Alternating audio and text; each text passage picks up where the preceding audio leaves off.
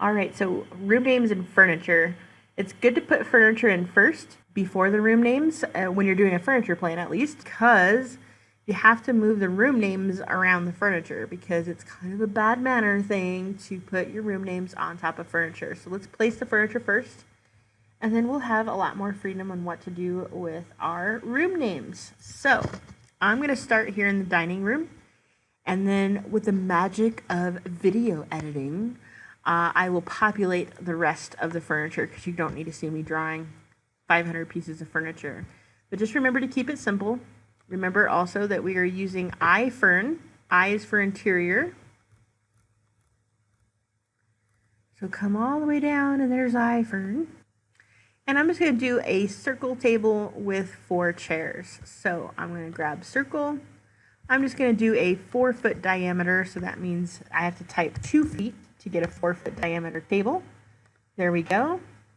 And yes, the dashed dots are very small, but I'm going to adjust them after I get my chairs drawn. So I'm just going to do a very basic standard chair. So I'm going to do it about, let's do D for dimensions. Hey, I learned this time.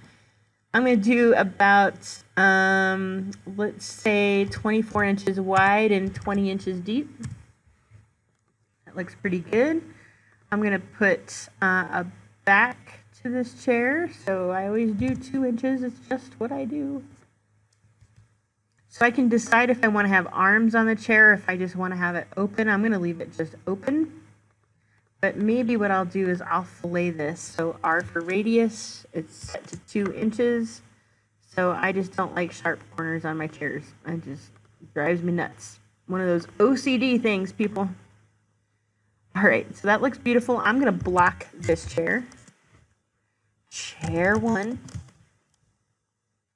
Pick a point. I always do the back side. Select your object. So it's all of these right here. And okay, so now that chair is right there. And what I want to do is I want to center this chair on this table. So one way I do that is I grab the chair and I go ahead and just place it in the center, and then I just move it straight up using polar tracking. Whoa, I tried to take the table with it. Did you see that? Make sure you just grab the chair. I'm going to place it just a couple inches from the edge of the table, just so that you can see the clearance that I will have for all the other parts that I'm going to place. And then what I'm going to do is I'm going to do a polar array of these chairs. So I'm going to grab this chair, I'm going to come up to array, and this little arrow, I'm going to choose polar array. It wants me to specify the center point, so I want to base it off the center of the table. And there it populates. So I can choose how many chairs I want. Let's go with 5. What the heck, right? You guys can decide how many chairs you want at your table. I'm going to do 5. Oh, that looks gorgeous.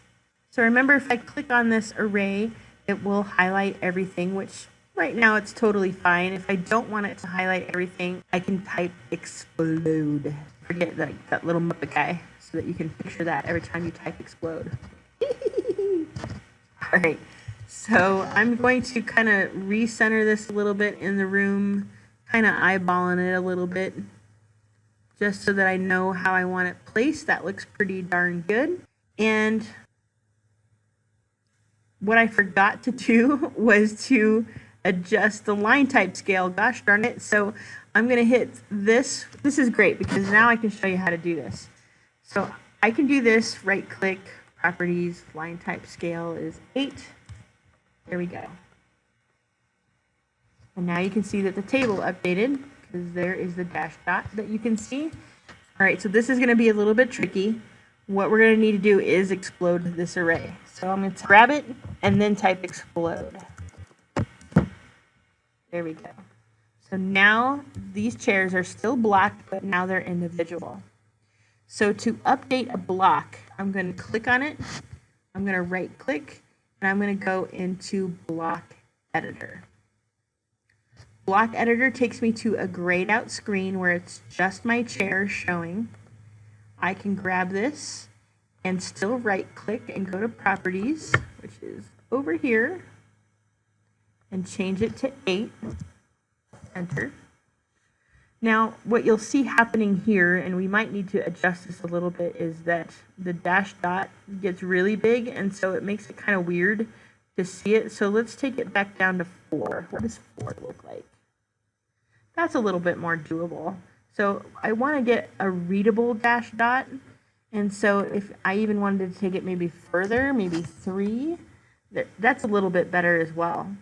So it is good to stay consistent with the sizing of your line type scale, but there are some instances like smaller items that might need to be scaled down a little bit so that you can read the dash dot.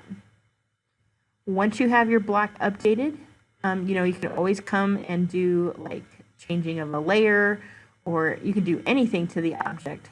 But once you get it where you want to, just hit close block editor, check, and then it says, do you want to save the changes you made? Yes, I do.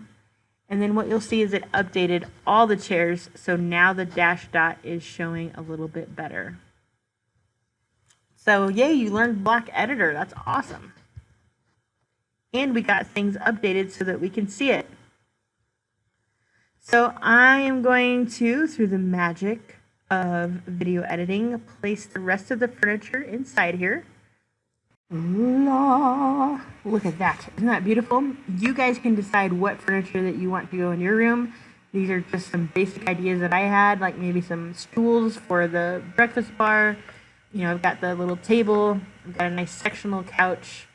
A coffee table. I even have a TV, which if you notice, the TV is on a equipment layer because why? Because you plug it into an electrical socket. That's why. And we have a dresser, we have a bed, and 2 little tables on either side of the bed. So again, make sure that you are making your bed look like a bed. It's got pillows, it's got a little blanket, all that kind of stuff. So that's basically all there is to putting in the furniture. So let's move on to the room names.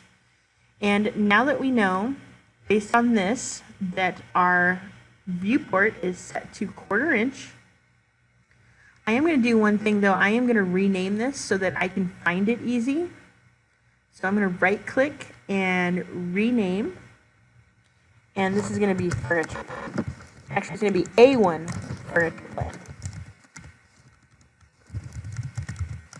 So your construction document set, and the way that I do this tutorial is you're going to have all kinds of layouts down here at the bottom. So you're going to have a title page, you're going to have an index sheet, you're going to have a construction plan, you're going to have a furniture plan, you're going to have a finish schedule. So all of these sheets are just going to be lined up right down here. And as we move forward through this series, you're going to see how we continue to add on to our stuff. Okay? Just bear with me and just go with it. A lot of the things that I do in this series is going to be something that you're going to understand at the very end. So just trust me that I know what I'm doing, and I will get you through to the end. And then everything will be amazing and wonderful, and you will start to understand how to put together a CD set. Okay, moving on. So we're at 1/4 inch on our viewport. So I'm going to come back to model, and that means I'm going to come up to annotate. And because I'm in the ID template, I can choose 1/4 as my text style. Multi-line text. It doesn't matter if you do multi-line or single line. It really doesn't.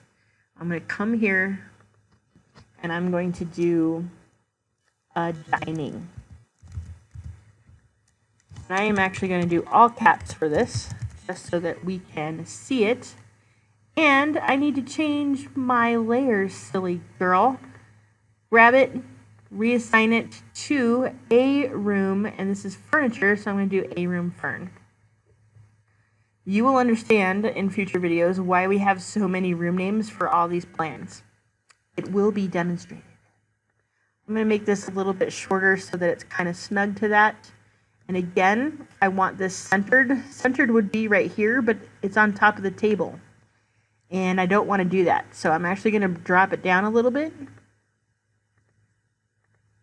I'm going to give it a little bit of breathing room. But I can still tell that this area is meant to be dining, right? I'm going to come over here, copy, put kitchen, over here. This is the easiest way to go about this. Now refrigerators, it's good to have like an R or an REF on it, so that's what I'm going to do here. But I am going to change the layer to A equipment. So I'm grabbing it, reassigning it to A equip. It's going to look the same, but if I go to freeze this layer, you will notice that it goes with it, right? Remember freezing and thawing? All right, so now I'm going to just type REF for refrigerator, and then I try to center that because, you know, we're perfectionists and professionals, and we're trying to do a good job and make things look tidy and efficient. So there we go. This one is on a room layer, so I'm just going to copy that one. I call this bath because it has a tub or a shower in it. If it did not, I would call it restroom or rest. Oops, not mirror. Copy. This is a hallway, so I'm going to put hall. Copy this. This is a little harder to do because I'll probably put it right here. Little tight spaces like this are hard to put room names in and still have it be readable, because remember, that's our ultimate goal, is to make sure that these things are readable, and they won't be readable if we put them on top of line work like that. That's not cool, that's not professional. So always center, but make it readable. And sometimes it is a delicate balance and very hard thing to balance. So grab this, copy it, and it's going to become storage or store. Either one works great. Try to center it. So if I try to center it, it's too crowded right there, so I'm just going to move it up a little bit. Little space, we're good. I'm also trying to take advantage of this empty space on this line, just to help it be as readable as possible. So again, sometimes you just have to make it work. This is a closet, and you could type walk-in closet, but honestly, it's a closet. There we go, copy. So bedroom.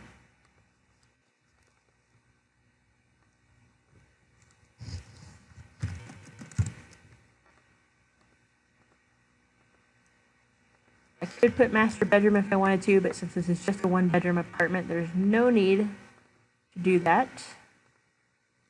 And then here is living room. I could just type living, and actually I might just do that because we all know it's a room, so why put the room on it, right? Living, dining, kitchen, bath. I don't need to label the shower, it's part of the bathroom. And I've got every room done this way. And the reason why we put room names like this is when we go to add finish schedules, it's really important to know what types of finishes go in each of these spaces. We don't want to forget things like hallways or storage, because they still get paint and they still get flooring and they still get ceiling material. So we label everything on plans to help keep our set organized.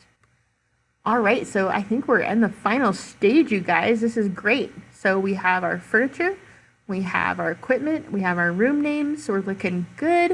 I'm gonna come back here to A1 furniture plan.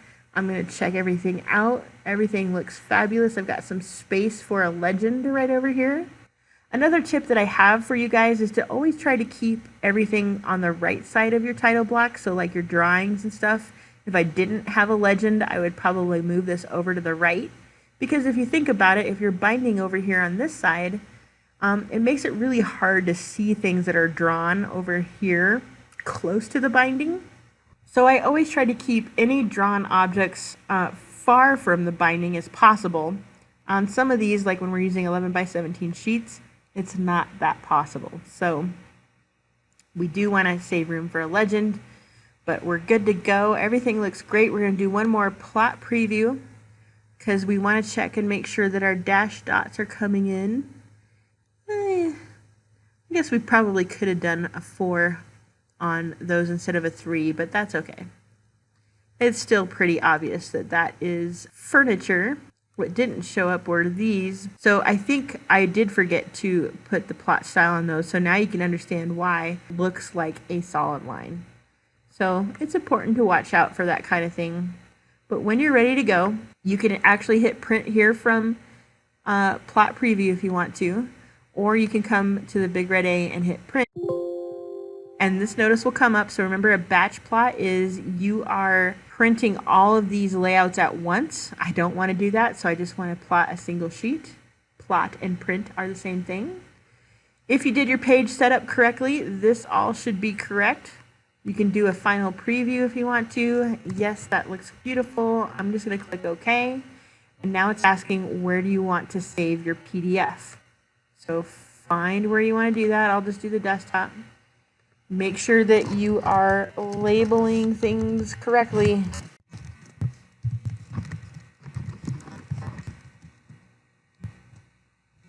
I'll do P2 since I already have a P1 for practice. And click Save.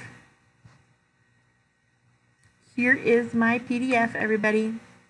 Isn't that beautiful? So I'm in Adobe Acrobat Pro DC because I have all the Adobe programs as well. And that is my default PDF reader. So now, if I wanted to actually print this to a printer, I can come here to File, and I can go to Print. I can find my local printer, and I can make sure everything is good to go. Now, the one thing that I am noticing is that it says 11 by 8.5, and we are on 11 by 17.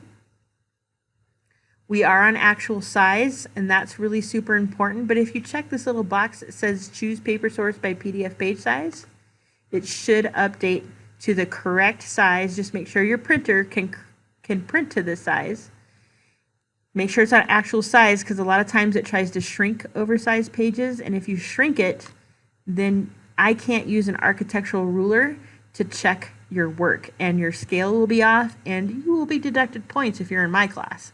So make sure actual size, make sure choose paper source by PDF page size is checked. I mean, I don't really want to print on both sides of the paper, but it's only one side. And if I hit print, it's going to go ahead and print this sheet out to my printer. Exciting, right? So you guys just got to see how all of this happens in one shot, how I go about building floor plans, how I go about setting up my sheets. I think you can really see how simple it is. It might be a little time consuming, and you guys are definitely going to be a little bit slower than I am, but it's okay. Keep going, pause the video, replay it when you need to, and yeah, you just learned how to complete a floor plan from beginning to end.